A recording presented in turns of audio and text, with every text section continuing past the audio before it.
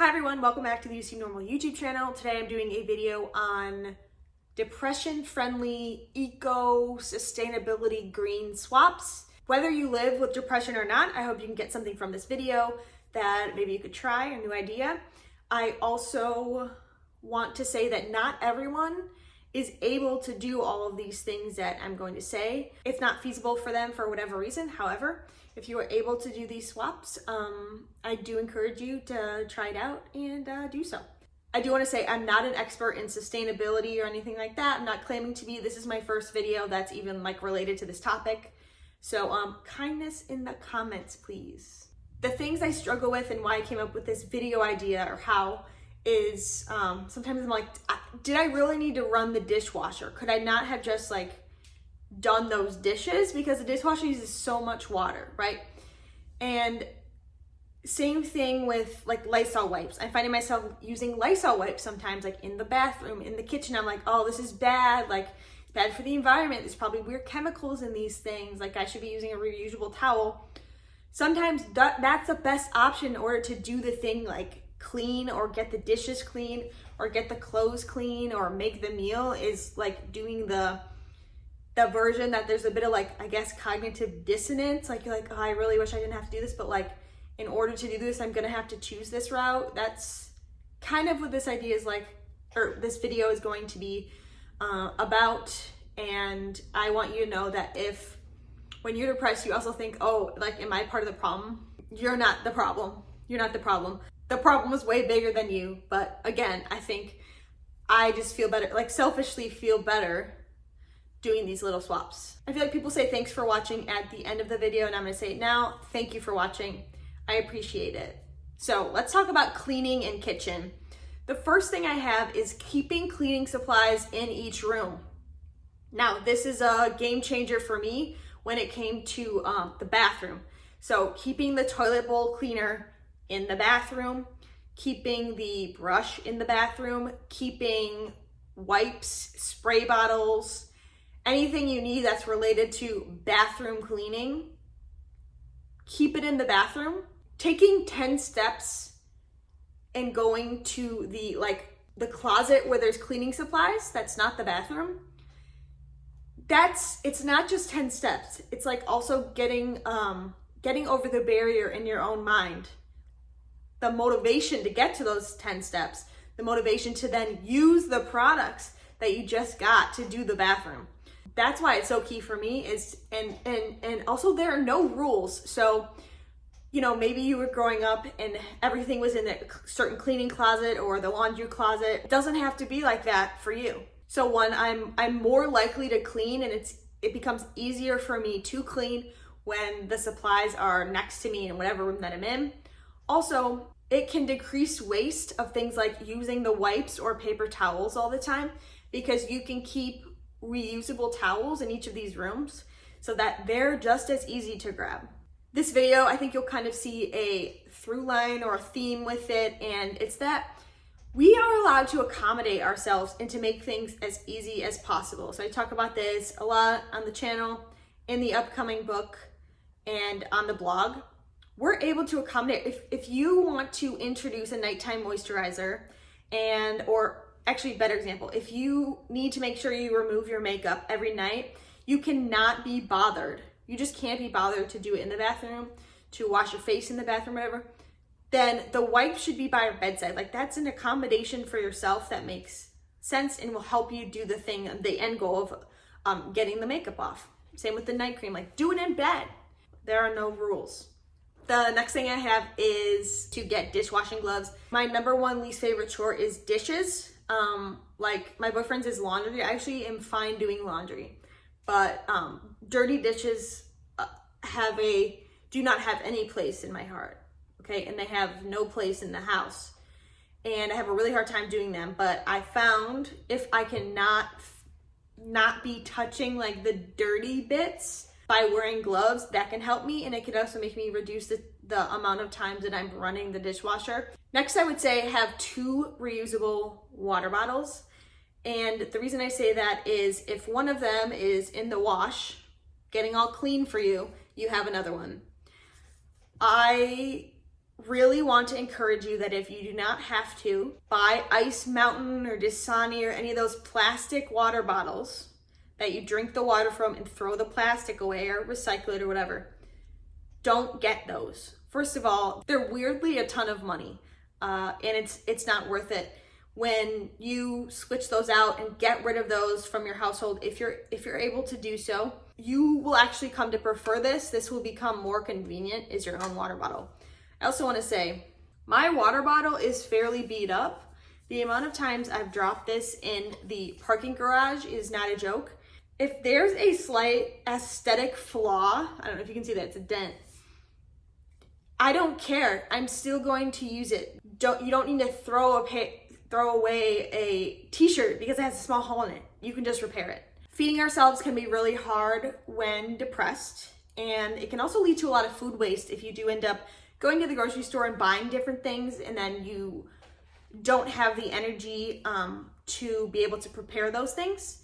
One thing that I try to do is to break the groceries into snacks, like all at once. So if like this bag of chips is gonna be like 6 to 8 servings or something, I'll try to break those into some of those so that I can create my own grab and go meals, snacks, all the above, and that helps me reduce like eating out, which helps me not spend as much money.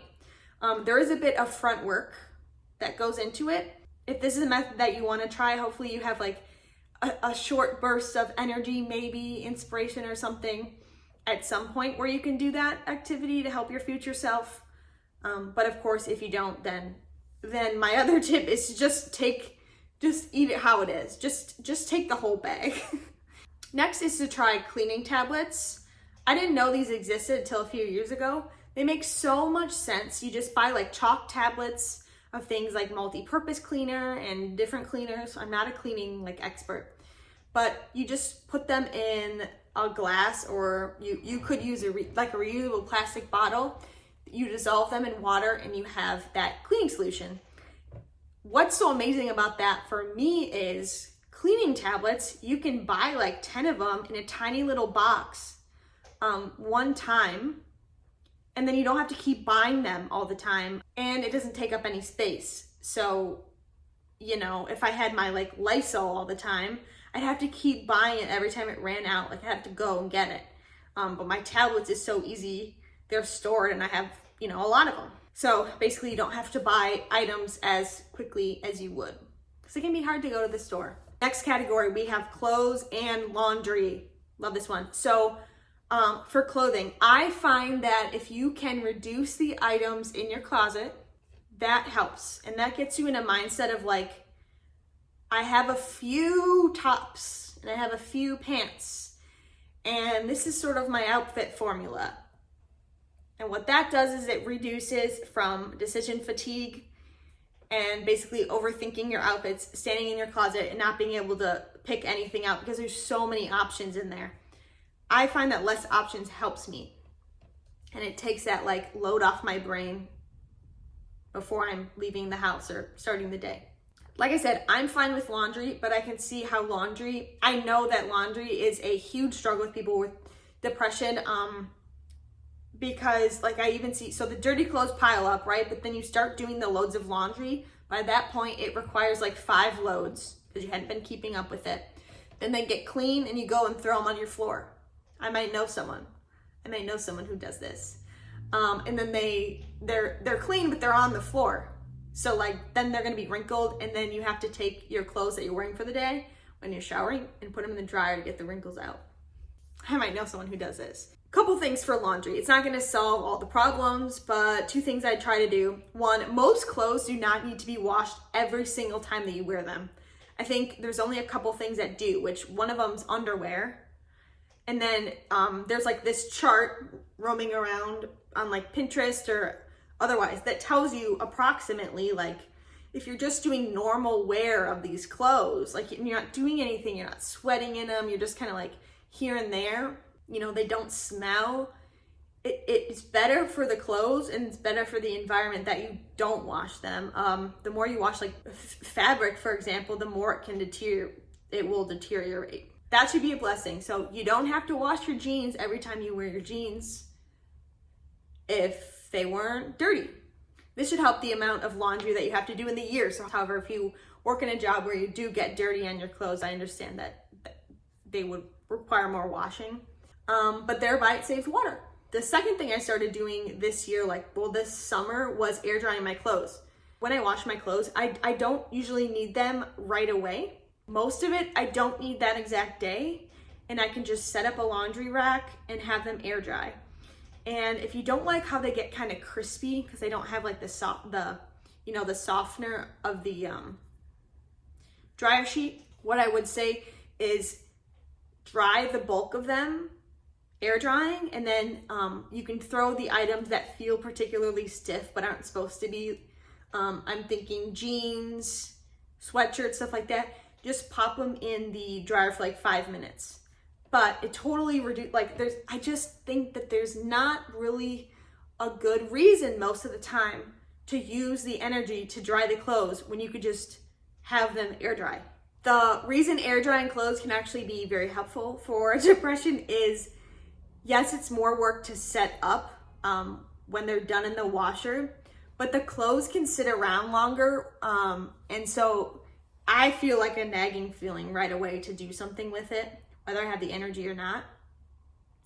These have to set up longer. Like, you just get more time to not worry. Final category I have is beauty and bathroom. I guess one of these is beauty and one of them is bathroom. So that's why it's called this. Number one is for removing makeup, for anyone who wears makeup, reusable cotton pads. I have a pack of 3 reusable cotton pads. This lasts me in between doing my laundry. You can use the same one multiple uses. You just need to rinse it. Super easy way to reduce cotton pads. Second, if it's yellow, let it mellow. I don't know why, but I go to the bathroom multiple times in the night. You do not need to flush the toilet if you just pee a little in the middle of the night. It's a waste of water. Thanks so much for watching, you guys. This is the end of the video. I'd love to hear what your tips are. I know there are so many other ones out there, but these are the ones that were coming to mind for me that I've recently in the past few years started to implement, or even some of them as new as this summer.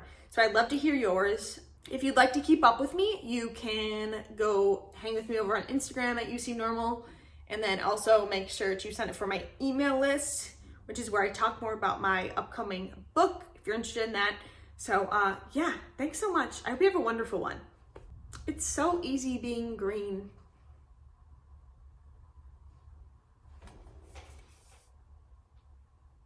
Okay, I'm gonna leave that in.